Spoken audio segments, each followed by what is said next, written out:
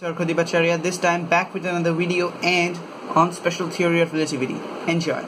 So, first of all, I would like to change a bit concepts that you know till date, and those are the concepts of absolute speed, absolute time, or absolute motion, whatever you say. Those concepts are totally wrong. In physics, there is nothing called absolute speed, absolute time, absolute motion, nothing like that. Everything is relative. This was a part of Galilean theory of relativity, and when after using this, Isaac Newton created his Newtonian mechanics.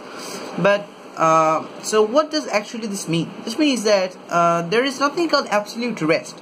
So if you're thinking that right now you are at rest watching this video, actually you're kind of wrong. Because you are at a very high speed moving across the universe.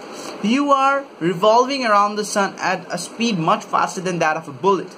The sun is moving around the intergalactic black hole at the center of our Milky Way at a much faster speed. And the galaxy, our Milky Way, is moving through the universe at a much higher speed than that. So it's incredible high speeds at which you are moving. But in respect to the person sitting next to you, you are at rest. In respect to the galaxy or the universe, you are moving at a very high speed. So everything is relative. It depends on with whom you are relating yourself. There's nothing on absolute speed, absolute motion. So you cannot say that I'm at absolute rest. No. You can say that I'm at rest relative to that tree by me which is stationary. The tree is not stationary. The tree is stationary relative to the ground.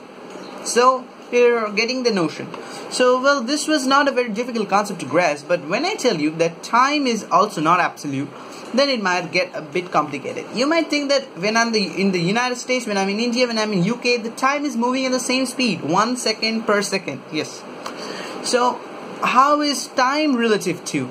Well, this is actually a bit difficult to understand in the present scenario where you are actually moving at far less speeds. But when you are moving at relativistic speeds, that means speeds close to that of light. Now we are entering the realm of special theory of relativity. When you are moving at relativistic speeds, that means speeds close to that of light, 3 times 10 to the power 8 meters per second, you will have the effect of time. Time will slow down for you. Yes, I'm telling that right. You carry a clock and go to a speed of 0.9995 C. That means very close to the speed of light, but not that.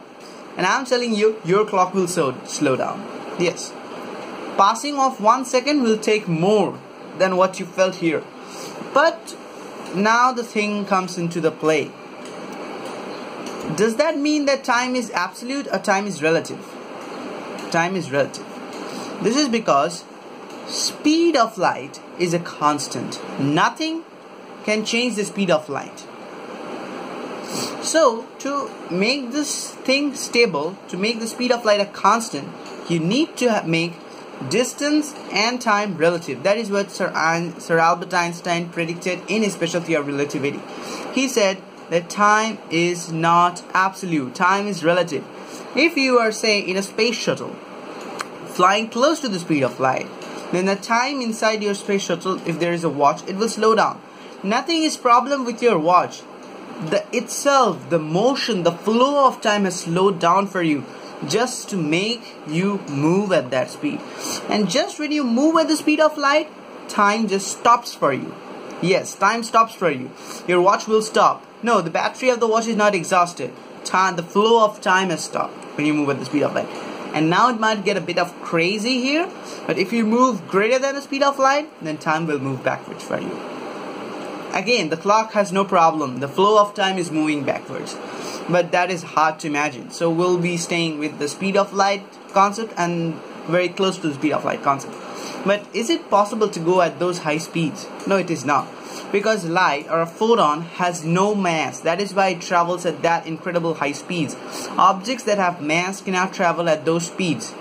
If you want an object with mass, even if it is 1 gram or say 1 milligram, then also you will need infinite energy, infinite amount of energy to make it move at speeds of light. So that is just impossible. You just cannot have infinite energy. That is because more the body goes to a relativistic speed, more it goes close to the speed of light, its mass starts to increase. Yes, its mass starts to increase. And so you need more energy to make it move at that speed. And more the speed increases, more the mass increases. So mass becomes infinite, so you need infinite energy to move it. That's the concept of inertia. which you have probably have read in older classes. So inertia comes into play. But the special theory of relativity allows you to navigate back to home using your GPS. GPS systems are based on special theory of relativity, and it is one of the best theories that exist in the world. Quantum mechanics and general theory of relativity are other ones. But there is also a slight drawback with the special theory of relativity, and that is it only works in inertial frame of references. That means special theory of relativity cannot be applied to a case where there are accelerations. Yes, it only works when there is a constant speed. Suppose you are starting from 0 to 5 meters per second, then special theory of relativity will not work. You cannot use the concepts of special theory of relativity there, because that time you're not in inertial frame of reference, you are accelerating. For that, Sir Albert Einstein made a different theory, and that's general theory of relativity, where objects that accelerate come into play. That deals with gravity, space-time, a much difficult theory, but I will obviously make a video on that one. And soon I will be making a new video on the concepts of quantum mechanics in easy manner. So hope you enjoyed this video on special theory of relativity. I will make a much deeper explanation to this one in a later video. It's a very big theory, so I try to make a small one. So hope you guys enjoyed it. If you did, please give it a thumbs up. And also, please don't forget to put down your comments in the comment section down below. And if you want to get such videos in the future, please hit the subscribe button and click the bell icon beside it to get updated every time. It helps. So, to peace.